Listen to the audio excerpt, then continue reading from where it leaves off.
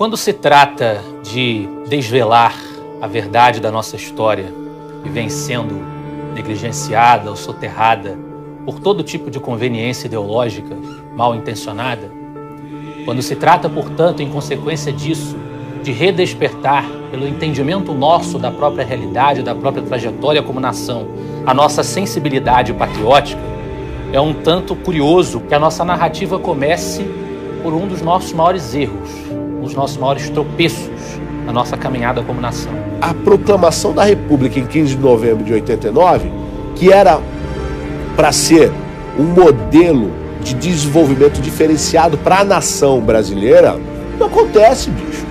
E não acontece justamente porque não tem uma análise, um olhar atento ao que é o ser brasileiro, o que é essa realidade nacional, o que é esse mosaico de culturas dentro do território como um todo. O Brasil passou a deixar 4 séculos de legado, tudo aquilo que maturou o pensamento e o desenvolvimento político do país, tanto no seu desenvolvimento constitucional como nos seus grandes debates e toda essa maturidade que foi sendo gestada no século XIX, ficou para trás à luz de uma expectativa de um futuro que até hoje nunca chegou. Naquele ano nós rompemos com a Europa, com as nossas raízes, e começa ali o nosso complexo de cachorro vira-lata. Porque o que nós tivemos no 15 de novembro de 1889 foi uma indignidade, uma ofensa a um dos maiores patriotas e homens públicos que nós tivemos, que foi o imperador Dom Pedro II. Um homem que amava, sem sombra de qualquer dúvida, a sua pátria, a sua nação, que foi escorraçado da maneira mais indigna. Nós substituímos os símbolos nacionais. Então é uma ruptura drástica de um período para outro. Explicação nacional, identidade, constituição, legado. A nossa bandeira monárquica, ela salientava a nossa formação nacional. Então foi um processo de regressão que nos trouxe ao padrão que o Brasil se encontra hoje. O Brasil está sempre pulando de galho em galho, de governo em governo, com promessas de refazer tudo do zero e deixar para trás qualquer tipo de construção mais duradoura, mais sólida. Nossos pilares institucionais são de areia. República virou sinônimo de democracia. Mas será que é assim mesmo? Faz sentido essa típica confusão moderna em que não se distinguem regimes e formas de governo? Atualmente, a maioria dos países se define como república. Mas é difícil dizer qual é de fato o regime político dessas nações. Para entender a forma de governo de um país é necessário entrar na sua história, estudar as raízes de cada povo e sua cultura, o seu complexo conjunto de crenças, valores, sonhos e aspirações, seu imaginário e seus mitos fundantes. É preciso, enfim, compreender os elementos que formam aquela nação. É o caso do Brasil.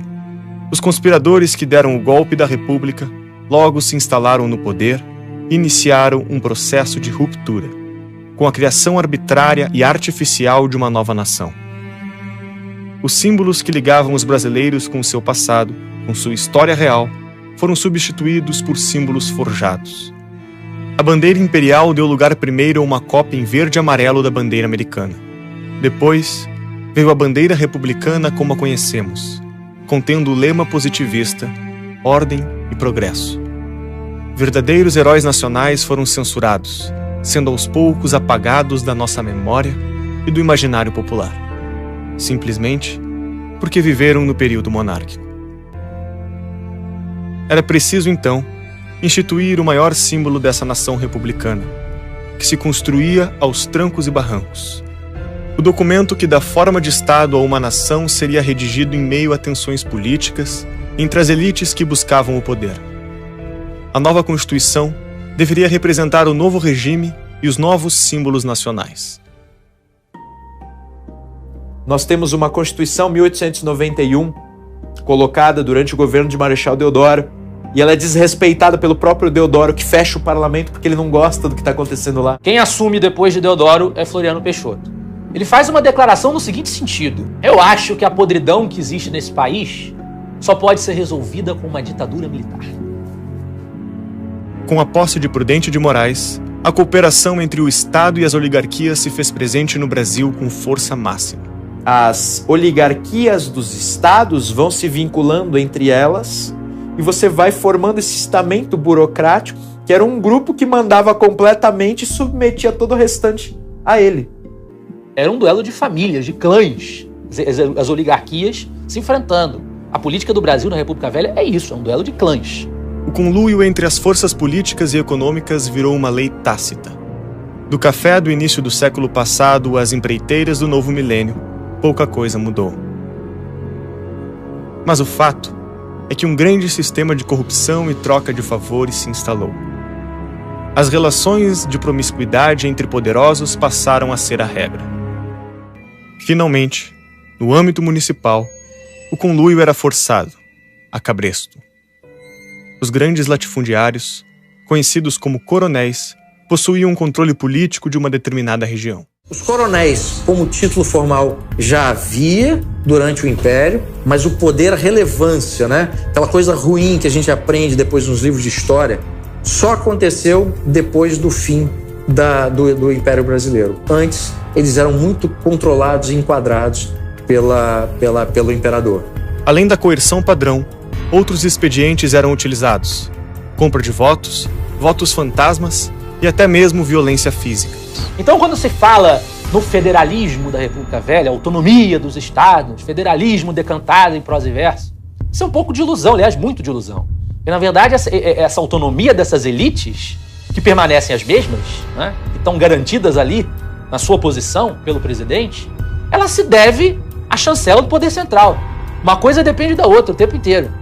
Ou você está no poder e tá vivo, rico, feliz, ou você está fora do poder, tá pobre e morto. Como entender esse período histórico? Ele não tem muito a ser entendido.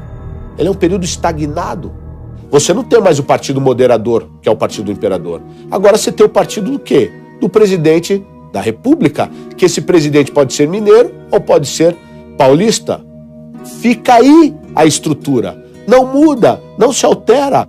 A República Oligárquica seguiria por muito tempo impávida e colossal, não fosse um desentendimento no núcleo de comando.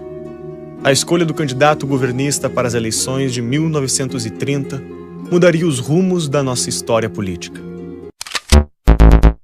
Ao quebrar o acordo dos republicanos de Minas e São Paulo, indicando o também paulista Júlio Prestes, o então presidente Washington Luiz desagradou a oligarquia mineira e seus apoiadores, que viriam a se unir com os paraibanos e gaúchos para concorrer contra os paulistas nas eleições. Esse novo grupo político lançaria um candidato que entraria para a nossa infame história e mudaria o rumo das relações políticas no Brasil. Getúlio Vargas, ele era uma personalidade extremamente conflituosa internamente. Ele conseguia ser autoritário sem parecer autoritário. Ele fez a carreira inteira dele exatamente fazendo esse jogo. Sou um autoritário amado. Ele sempre foi um homem muito prático, capaz de se adaptar às circunstâncias. E nesse período no mundo está surgindo o fascismo. Quer dizer, desse grande movimento populista, não monárquico e antimonárquico, buscando grandes líderes, está surgindo o fascismo ainda no mundo. Foi nesse contexto que a Aliança Liberal indicou o gaúcho Getúlio Vargas para concorrer contra Júlio Prestes. O paulista representava o conluio das oligarquias do seu estado e de mais 19 unidades da federação. Com larga vantagem, Prestes é eleito para a presidência do país. Sua posse ocorreria no simbólico dia 15 de novembro. Mas Vargas tinha outros planos. Júlio Prestes jamais sentaria na cadeira do presidente da República. Graças a uma nova revolução, a mais uma tomada de poder, a mais um golpe. Em 3 de maio de 1933, foram realizadas eleições para a Assembleia Constituinte, que daria as bases para a nova Constituição do país, em 1934. A nova Constituição foi aprovada e, com ela, em eleição indireta, Getúlio Vargas foi finalmente eleito presidente da República.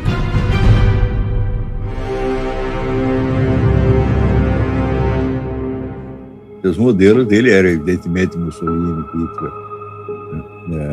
Inclusive, ele tinha certas similaridades mentais com Hitler, a apreciação por Nietzsche. Tanto ele quanto Hitler sabiam trechos inteiros do Nietzsche de cor. Ele foi considerado por muitos historiadores como o brasileiro, ou o presidente brasileiro mais importante de todos. É difícil discordar de uma sentença como essa, de uma análise como essa, porque boa parte do Brasil de hoje ele foi construído por Vargas. Esse Brasil que já largou praticamente toda a história para trás. O Vargas ele consegue assim quase colocar assim um novo Gênese 1 a respeito do Brasil. Seguindo as práticas populistas implementadas por Joseph Goebbels na Alemanha nazista, Vargas passa a utilizar o rádio como principal instrumento de difusão da propaganda governista. Vargas soube utilizar o rádio, soube estatizar o rádio. Com o nome original de Programa Nacional, a Voz do Brasil foi criada em 22 de julho de 1935, revolucionando a comunicação entre governo e população. Assim, a figura do presidente passava a se aproximar das pessoas. Para cumprir com suas ambições de remodelar o imaginário nacional, Vargas precisava se utilizar da elite letrada do país, para que contribuíssem com seus objetivos. Era um homem de uma grande capacidade e que sabia dialogar com os intelectuais verdadeiramente importantes da época. Os líderes passaram a ser tratados como deuses. O culto à personalidade foi uma das marcas dessas ideologias. O camarada Lenin e o pai dos povos, Stalin, eram figuras onipresentes na vida das vítimas desse mórbido sistema. O mesmo vale para Il Duce Mussolini na Itália e o Führer alemão Hitler. O que é o fascismo? Um regime calcado em 3 pilares: o Estado onipresente, os sindicatos poderosos e os grandes empresários amigos do rei. Esse é o tripé do fascismo. Esse modelo é de direita?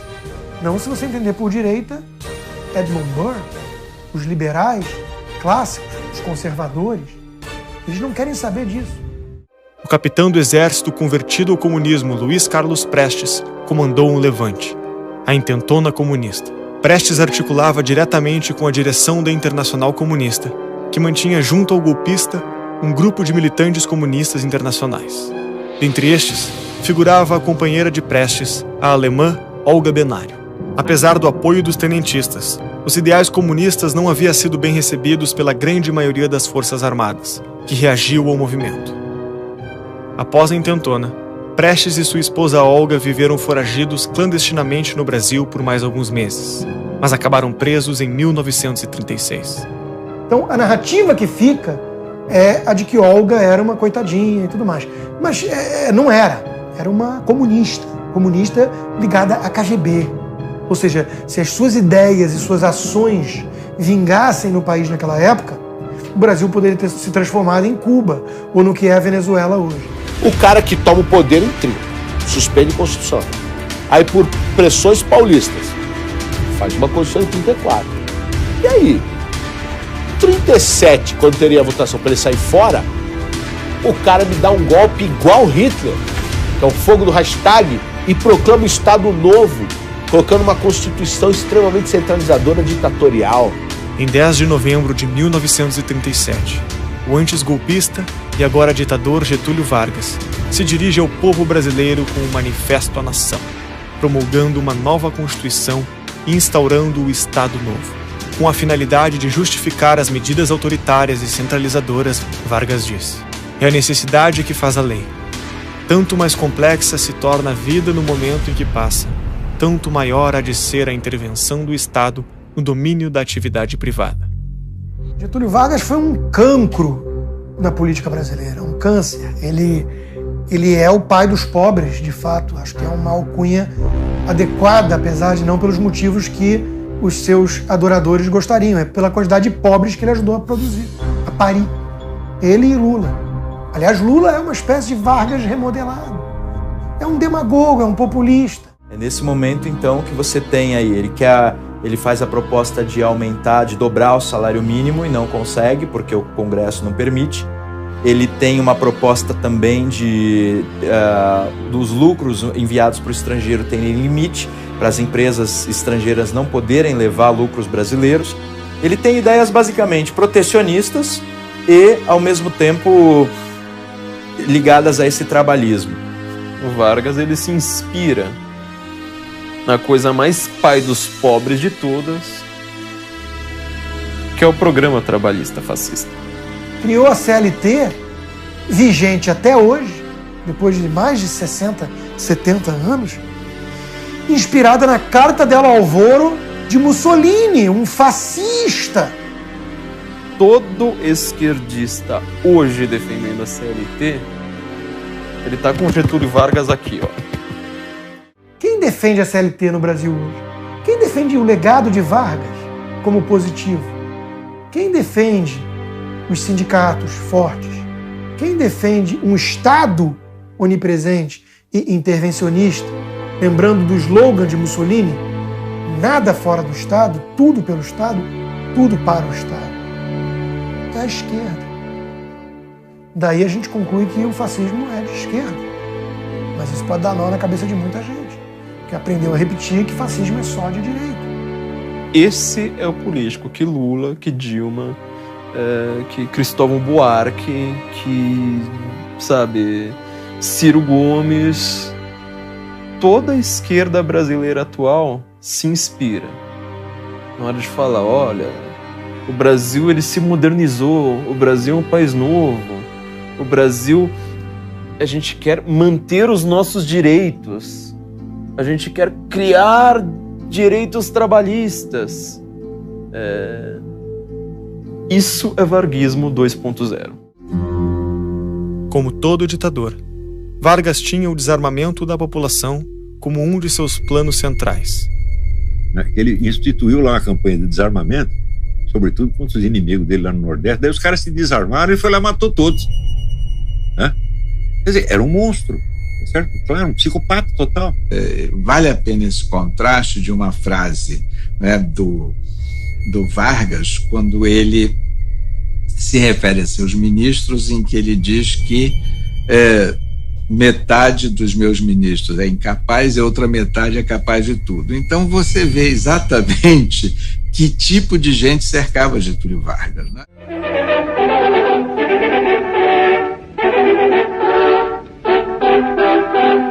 Amigo ouvinte, aqui fala o repórter Esso, testemunho ocular da história. E atenção, atenção, ouvintes. Renunciou o presidente Getúlio Vargas. A decisão presidencial foi anunciada depois que forças da Vila Militar, sob comando do general Renato Paquet, avançaram pela rua Paissandu rumo ao Palácio Guanabara. Assumiu o governo o ministro José Linhares, presidente do Supremo Tribunal Federal. Nunca tive medo dos comunistas. Sou contra o comunismo. Nós partimos para o que parecia ser uma cruzada pela liberdade de imprensa e acabou sendo uma cruzada pela libertação nacional. Quem enriquece com dinheiro público não tem vocação para herói. A forte oposição a Vargas deu notoriedade a Lacerda. E essa atuação começou ainda no governo de Eurico Gaspar Dutra, vencedor das eleições de 1945, no hiato entre o primeiro e o segundo período varguista.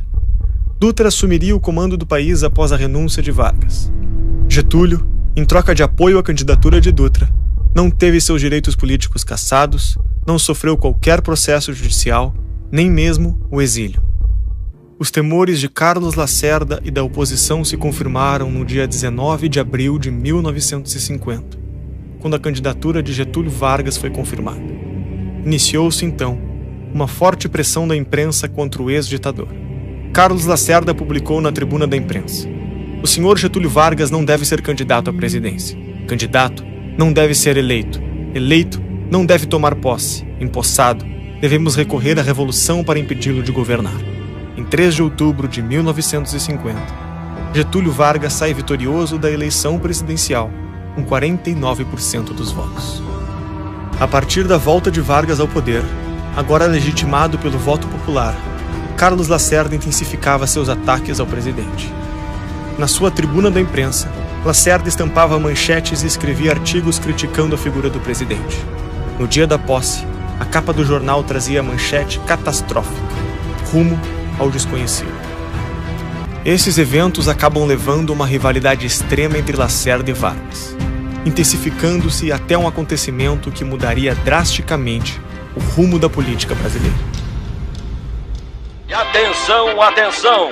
Informa o Globo no Ar em edição extraordinária. Rio de Janeiro urgente. Ocorreu há poucos minutos na rua Toneleiros, em Copacabana, um atentado a tiros contra o jornalista Carlos Lacerda.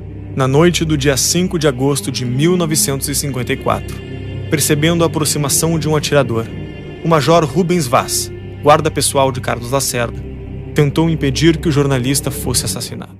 Com o desenrolar das investigações sobre o atentado da Rua Toneleiro, a pressão para a renúncia de Getúlio Vargas vinha da imprensa, do poder político e da população brasileira. O país entra em crise profunda, manifestações nas ruas, pancadaria. A crise era tão forte que o vice-presidente Café Filho chegou a sugerir para Vargas que ambos renunciassem a seus mandatos. Vargas recusa a proposta. Com todos os setores da sociedade mobilizados contra o presidente e em favor de sua renúncia, o Brasil estava prestes a conhecer um dos maiores traumas da sua história. E atenção, atenção, senhores ouvintes, atenção para essa edição extraordinária do Globo no Ar. Acaba de se suicidar no Palácio do Catete o presidente Getúlio Vargas. Repito, acaba de se suicidar no Palácio do Catete o presidente Getúlio Vargas. Continue ligado, mais informações a qualquer instante.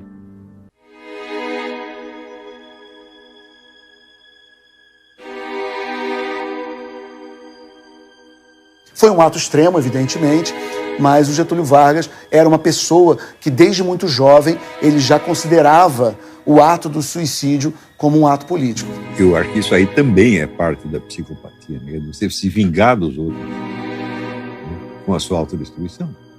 Ele, de fato, ele se matando, ele criou a subsistência do seu esquema político. Vocês sabem que ele então escreve uma carta ao testamento com frases muito fortes e impactantes e que então ele daria a vida para entrar na história. De fato, ele conseguiu. Aquilo que o Brasil conseguiu não ser, ou seja, uma republiqueta, com Vargas o Brasil passa a ser. Uma republiqueta caudilhista, vazia de sentidos e com uma possibilidade de ressignificação que é, infelizmente, o nosso câncer até os nossos dias.